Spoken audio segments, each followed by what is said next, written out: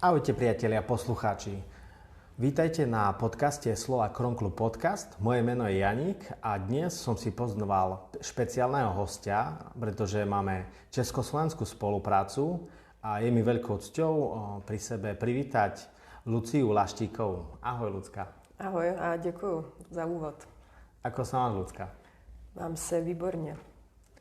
My sa nachádzame, vážení posluchači, v Prahe. Práve na, ako sa volá táto ulica, je to Polská 15, kde má sídlo Český Kronklub. Pacienti IBD. Pacienti IBD. Máte tu veľmi krásne priestory, množstvo literatúry, brožúr, krásne prospekty, takže máte základňu, z ktorej môžete operovať, volať a e-mailovať, zháňať nových doktorov na přednášky. A hlavně teda sídlíme dohromady s Českým ILKem, se stomiky a s celiaky, takže můžeme našim pacientům nabídnout takový komplexní servis i s dalšími organizacemi. Takisto dosť intenzívne spolupracujete aj s nami, so Slova Kronklubom. Čo máte v najbližšej budúcnosti na pláne? Tak teďka nejbližší, co bude, tak budeme mít seminář po Velikonocích na akutní stavy u IBD a jejich zvládání a právě to může být zajímavé i pro slovenské pacienty, protože všechny naše semináře jsou dostupné i online, takže pokud tady zrovna Slováci nežijou v Praze a nejsou tady, nechtějí přijít zdarma na náš seminář, tak si nás pak můžou pustit ze záznamu nebo i ze streamu. A stejně tak, jak jsi zmiňoval veškerou tu literaturu, kterou tady máme, tak ji máme na stránkách, máme veškeré knížky stažené v PDF nebo jako listovatelné EPUBy a do vašeho Slova Kronklubu pravidelně posíláme nějaké brožurky nebo vám to přivážíme na konference, protože tím, že ta jazyková bariéra není tak velká, tak spousta pacientů, věřím tomu, že si užije i naše materiály, které k té problematice můžeme nabídnout. Zastávaš média, social marketing, čiže je tam Instagram, venuješ sa aj Facebooku. A čo ti dáva táto pozícia? Prečo si sa rozhodla tomu venovať? Tak já jsem vlastně, když jsem tady nastupovala jako dobrovolník, tak v té době Instagram ještě nebyl, takže jsme jeli jenom na Facebooku a postupně jsem teda tady ty média předala kolegyni, protože teď už se věnuju z role místopředsedkyně více zahraniční spolupráci a fundraisingu, ale dalo mi to určitě jako spoustu kontaktů, protože pořád děláme mediální kampaně, vymýšlíme nová témata a snažíme se bořit tabu, stejně jako u vás na Slovensku. Takže ty nové kampaně jako nás baví, si myslím, že všechny, protože my, jak jsme se bavili i předtím, tak pořád hledáme témata, která mezi tou pacientskou skupinou rezonují, ať už je to psychický zdraví, ať jsou to sexuální vztahy a IBD, teďka nově, že perianální fistule. Letos jsme se zaměřili na ageismus, prostě jaký jsou potřeby lidí v různých fázích života, protože je něco jiného, když jsi diagnostikovaný, když je ti 12, nebo když je ti 20, nebo když je ti 35, nebo když už je ti 60. Jo, takže na tohle každý rok jako reagujeme trošku, možná říct i na ty trendy, protože to, co hýbe většinou společností, hýbe i pacienty. Jo, letos třeba i s naším právníkem hodně řešíme příspěvky pro lidi, kteří nemají stabilní příjem nebo jsou jako v nižší příjmové skupině, protože, jak sám víš, tak většina pacientů má nárok na invalidní důchod, nemůžou plně pracovat, nejsou tak moc jako výdělečně činní. Takže jako ceny energií taky řeší, že jo? Takže řešíme příspěvky, na co mají prostě ti pacienti nárok, jestli dostanou invalidní důchod, jestli jim třeba zaplatí lázně. Tá situácia je častokrát komplikovaná, hlavne keď je človek chorý a nemá tu ani energiu sa tomu venovať, pretože tá byrokracia okolo toho vybavovania tých príspevkov je dosť zložitá. Častokrát aj bežný človek, ktorý má energie dostatok, musí zabojovať a skúšať znova a znova, čiže je veľmi pozitívne, že má komu zavolať alebo sa spýtať aspoň tú radu, nasmerovať sa. Právě tady k tomu máme online poradnu. Jedna z těch, teda máme více těch poraden, jedna z těch poraden je právě právní a tam kdokoliv může napsat dotaz právní nebo výživový nebo i klasický jako gastroenterologický, protože ty poradny jsou 3 a mimo asi do týdne jako prostřednictvím našich odborníků, kteří s námi spolupracují, odpovíme.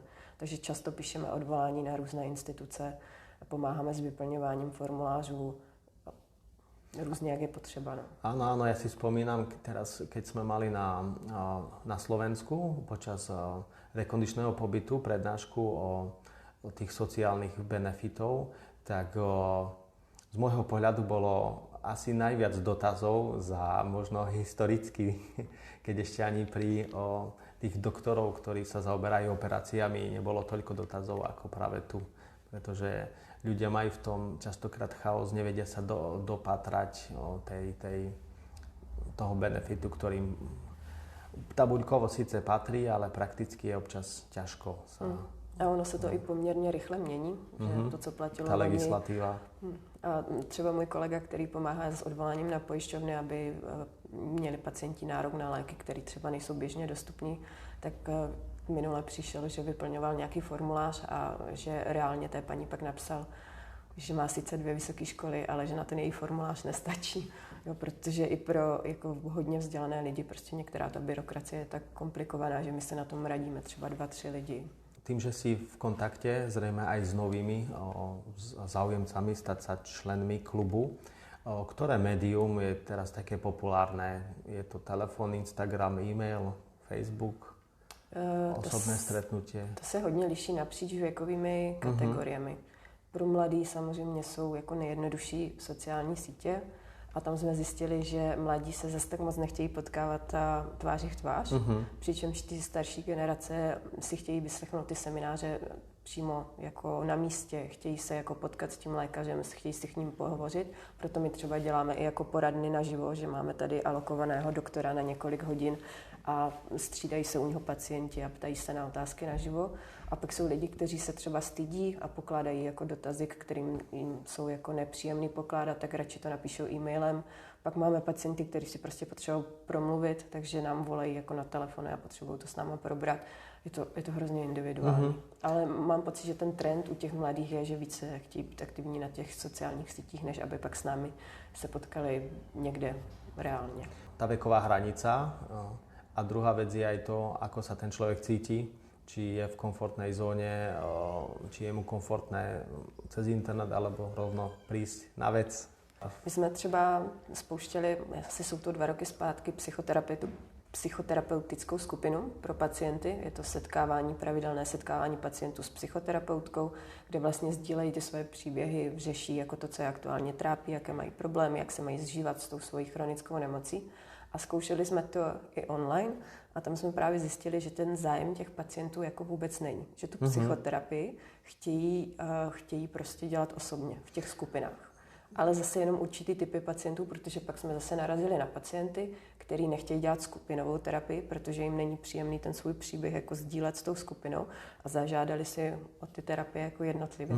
Takže je to fakt hodně individuální, protože každý jsme úplně jiný. Čiže netreba zanedbať ani jednu z tých kategórií alebo z toho média, ktoré by sa mohlo zdať, že už je nerentabilné, alebo že doba sa pohla, ale naopak záleží to aj od osobnosti človeka, aj od toho, jak sa cíti. Je to tak, no. Akorát, že já mám pocit, že teda naši stabilní základnu členů a členek tvoří lidi tak 40+, bych chtěla. Taká stredná. Taková střední kategoria. Až starší, protože nám postupně ti pacienti, co s náma už těch 12-13 let jsou, tak nám stárnou. A ti mladí už si ty informace hodně hledají na internetu a pak občas přijdou na nějakou akci nebo zareagují na naši kampaň. A nebo když my hledáme zase někoho typologicky do médií, aby sdílel ten příběh, nebo tak na to se nám hlásí hodně i mladí.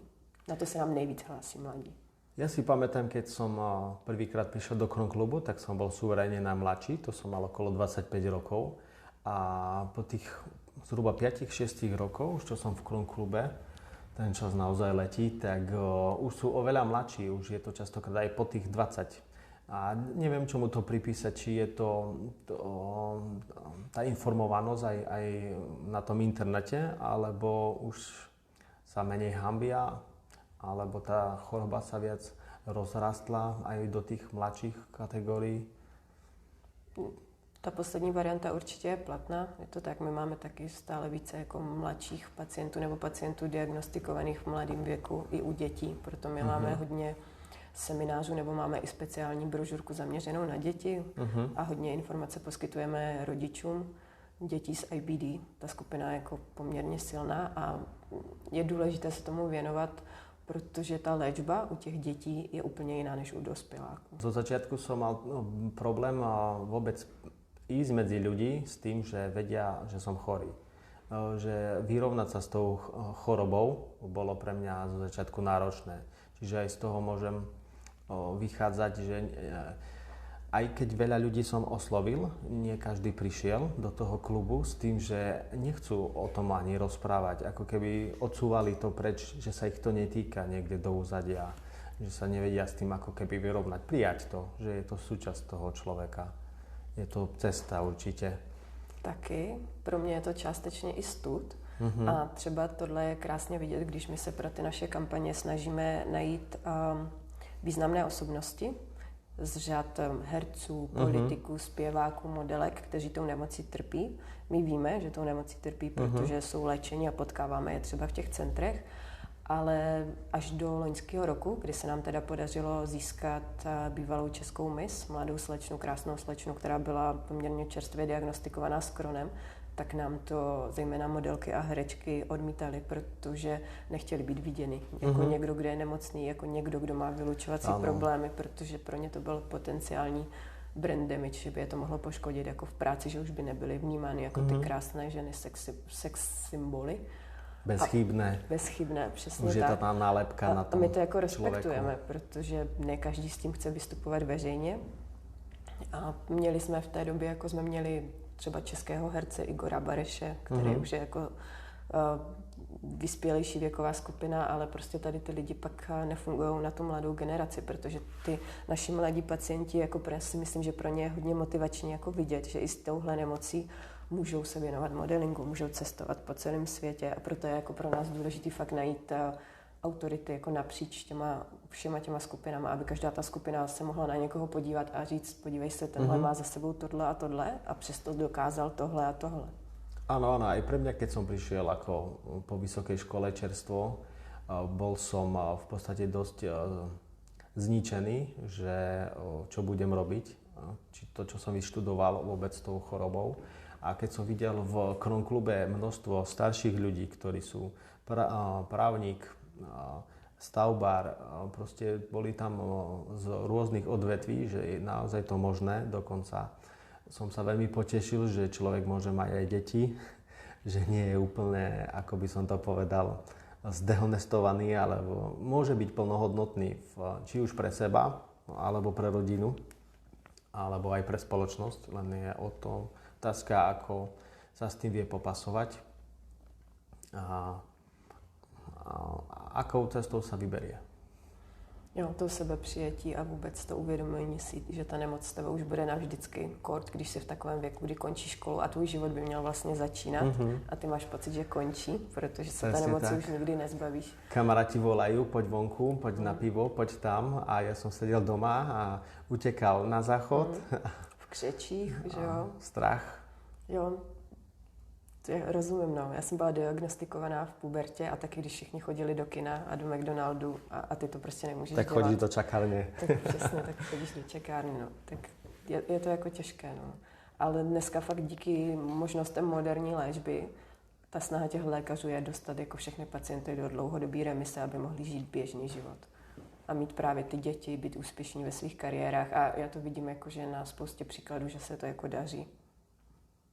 Áno, tak ja sa na to teraz pozerám, že keď sa mi niečo stane v živote, či už napríklad toto ochorenie, nie je to veľmi pozitívne, ale skôr sa pozerám, čo ma to môže naučiť, kam ma to môže posunúť, čiže otočiť to vo svoj prospech, aj keď sa niekedy to môže zdať pritiahnuté za vlasy, ale mne to pomáha, lebo ma to nutí vždy sa posúvať dopredu.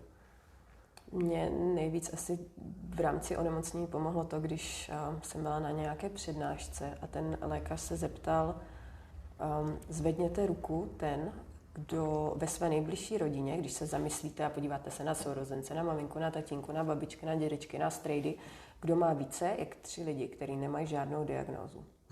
Kdo nemá ani prostě diabetes, vysoký tlak, problémy se štítnou žlázou. a tu ruku zvedli asi jako 2 lidi. Protože jako ano, jsme nemocní, jsme pacienti, ale kolik znáte lidí, kteří fakt jako nemají nic, nemají lupenku, exém, cokoliv, jako těch nemocí je taková škála. A já fakt ve svém okolí jako bohužel nemám moc lidí, kteří by byli úplně bez jakékoliv diagnózy. A to se nebavíme, že o psychických onemocněních, Presne které to som chcel nejsou povedať. vidět. Duševné, Přesně tak. ktoré sa ani ľudia nepriznajú, ani sami pred sebou, že niečím takým trpia. Takže ten stud jako z toho, že ten člověk je nemocný, si myslím, že není úplně na místě. Samozřejmě to trvá, to přijetí a zbavení se toho studu, ale fakt jako nemocní jsou ne všichni, ale jako velká skupina naší populace prostě má nějakou diagnózu. V Kron klube mi určite pomohlo aj tie prednášky, aj tie odborné, keď prišli tí doktori, ktorých som aj fyzicky poznal, či už to bola moja doktorka, ktorá ma lieči. A videl som, že vyšla z tej čakárne, už som ju nevidel v tom bielom, ale že je v civile, stojí vedľa mňa a aj proste tá dôvera vzrástla. A už to nebolo len o tom, že pani doktorka ma zle lieči, lebo sa mi nedarí, ale že čo je človek a snaží sa proste aj svojim inštinktom vypatrať, že aká liečba by fungovala a nevždy sa človek trafí. Čiže aj tá dôvera vzrástla a celkovo aj tá informovanosť a proste človek to berie už ako viac bližšie. Nie je to také vzdialené. Je tam ten přístup, je tam ten zájem. A teda musím říct, že já teď kolem sebe mám 3 gastroenterology, kteří sami mají IBD. A to je úplně jiný level, protože těm lékařům nemusíte potom skoro nic říkat, protože oni to mají za sebou. Všechno si to vyzkoušeli na vlastní kůži a dokážou se vcítit do toho pacienta, protože to sami zažili. A to je jako hodně velká přidaná hodnota. No. Povedz mi trošku o vašich aktivitách. Aké máte napríklad počas roka aktivity, stretnutia, alebo ako to chodí, keď takí pacienti, respektíve členovia, ktorí sú, kde môžu prísť, alebo...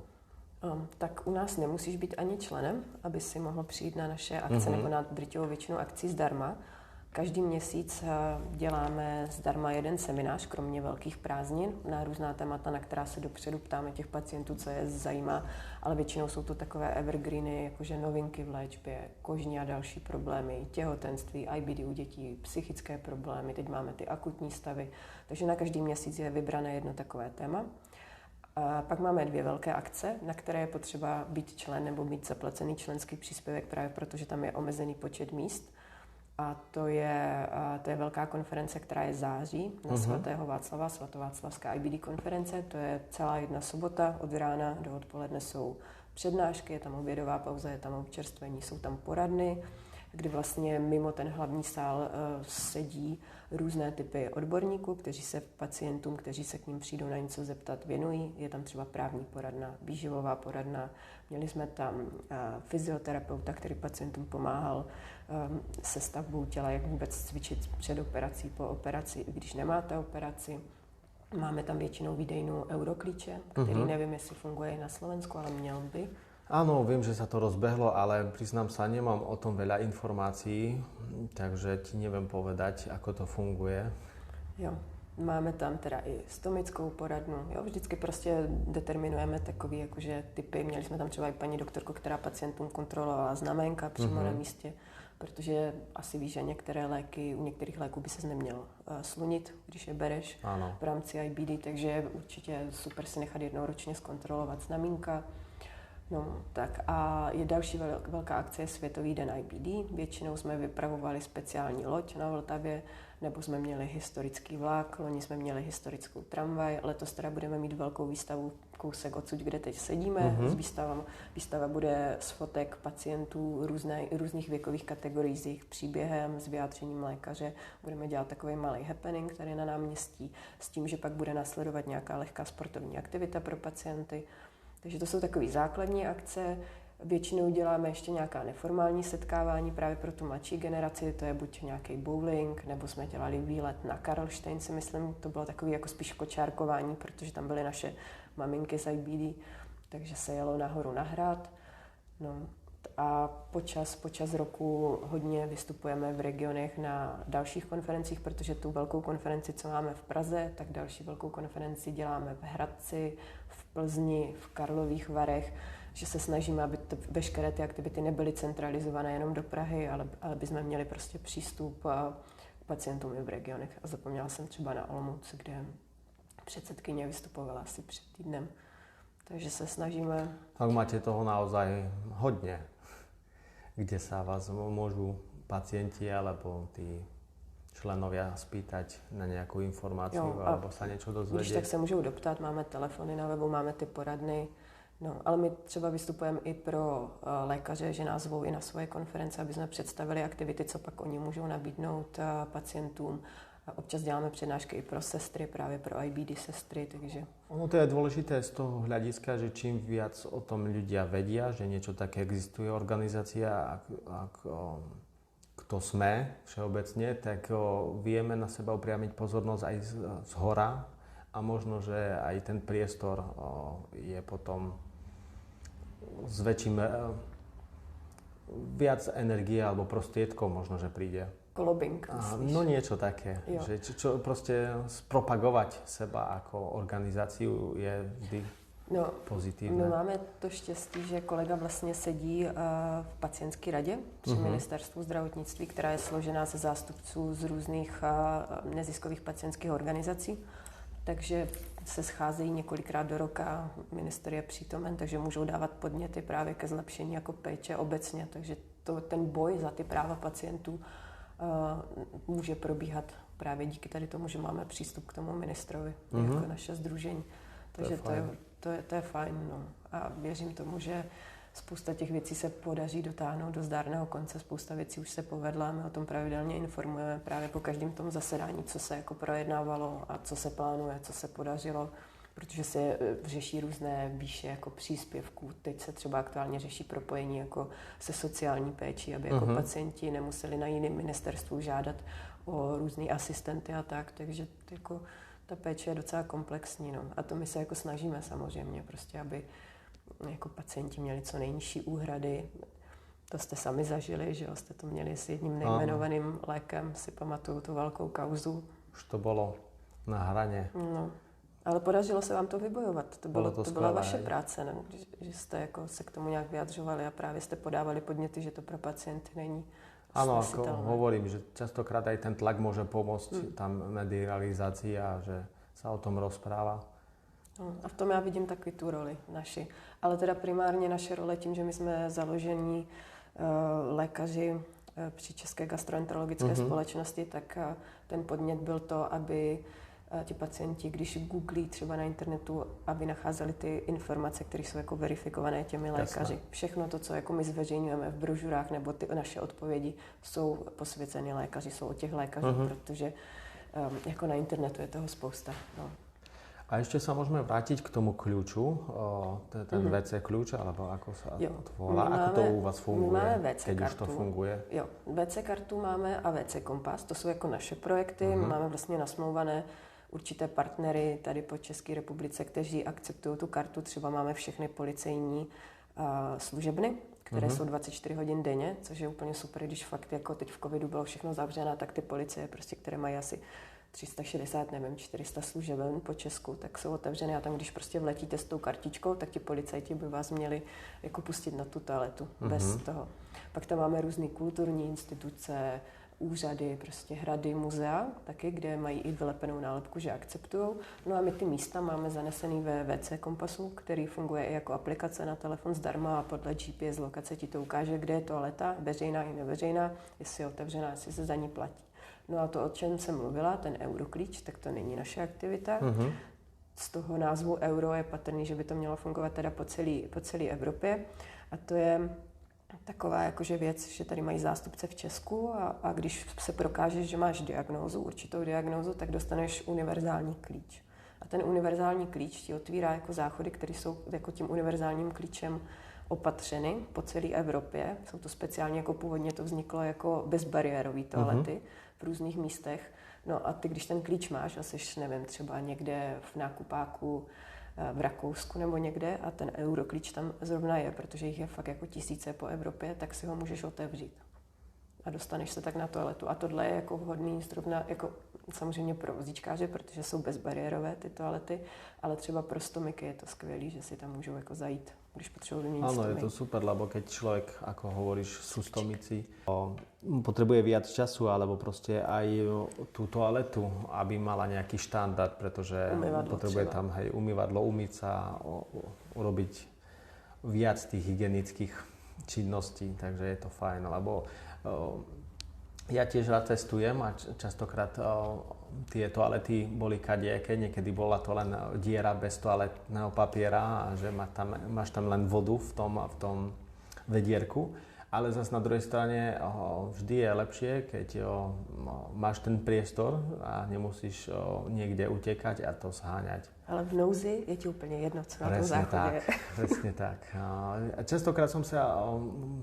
Je to aj tom človeku, kto si tú pomoc žiada, akým spôsobom, akým oslovíš toho človeka. Či vojdeš do tej reštaurácie a len behaš dnu, alebo sa usmeješ a snažíš sa výjsť v ústrety a väčšinou aj tá druhá strana ti vyjde. Já teda nevím, když máš jako nějaký problém, který potřebuješ rychle vyřešit, jestli se snažíš teda někoho usmívat.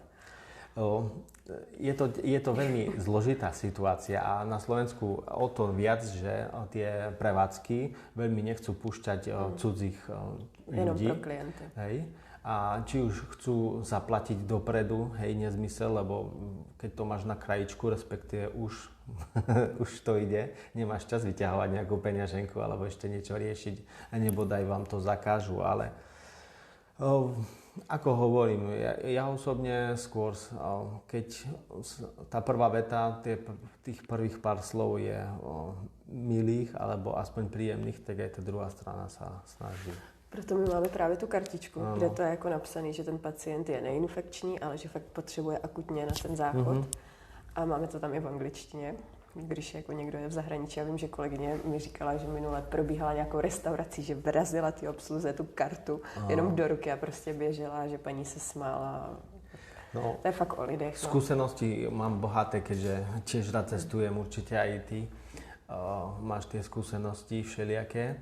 Ja osobne najradšej chodím do tých najluxusnejších reštaurácií a hotelov, pretože jednak je to najčistejšie a druhá vec si vážia tých zákazníkov, že ani sa neodvážia opýtať, či ste stadiaľ. Proste sa musíte tváriť suverejne, vojsť dnu, maximálne sa spýtať, kadiaľ sa ide na tú toaletu. A väčšinou som sa nestretol s nejakou odmietavou odpoveďou. To je dobrá teorie. Někdy otestuju určitě. Teorie všade. Do 5 hviezdy. Mám už na záver poviem ešte takú krátku skúsenosť z Vietnamu. Keď som priletel, bol som naozaj unavený a išli sme do reštaurácie, fajne sme sa napapali a len v tej chvíli som potreboval na toaletu a ona na mňa pozerala, že proste nemá toaletu. A ja už som bol veľmi v skľúčenej pozícii a zavolala svojho syna a on ma viedol cez cestu a odviedol ma ku ním do domu. Ja som prešiel okolo asi jej babky, potom okolo ďalších susedov až nakoniec ma doviedol do ich vlastnej toalety, čo bolo veľmi milé a určite napomocné v poslednej chvíli. A vrátil sa ešte neoženený. Hej, no. Neprovdali ťa už tým. Úsmevy boli, no. Pokračoval som ďalej. Takže určite sa treba opýtať a uvoľniť sa do tej atmosféry a v tom, že určite sa nájde nejaké riešenie. Dobre, Ľudská, nám sa už čas pomaly kráti. Ja ti ďakujem za rozhovor, že si prijala pozvanie, teda, že ja som mohol prísť tu a do vašej v podstate kancelárie. Prajem ti všetko dobré, nech sa darí tebe a rovnako aj Českému Kronklubu. Nech máme tých spoluprác ešte viac, nech sa tí pacienti slovensko-českí, ale aj celosvetoví zdieľajú informácie a priateľstvá. Tak já děkuju a na závěr možná jenom takový malý apel, že určitě nejenom Slováci, kteří žijou tady v Česku, ale i Slováci, kteří stále žijou na Slovensku a žít tam budou, tak ať se neváhají na nás obrátit, pokud budou chtít nějaké materiály nebo pokud budou hledat informace, které třeba u vás nenajdou, že určitě rádi zazdílíme a pomůžeme. Ďakujem za pozornosť. Milí poslucháči, to bola Ľudská Laštíková a ja sa s vami lúčim. Ahojte.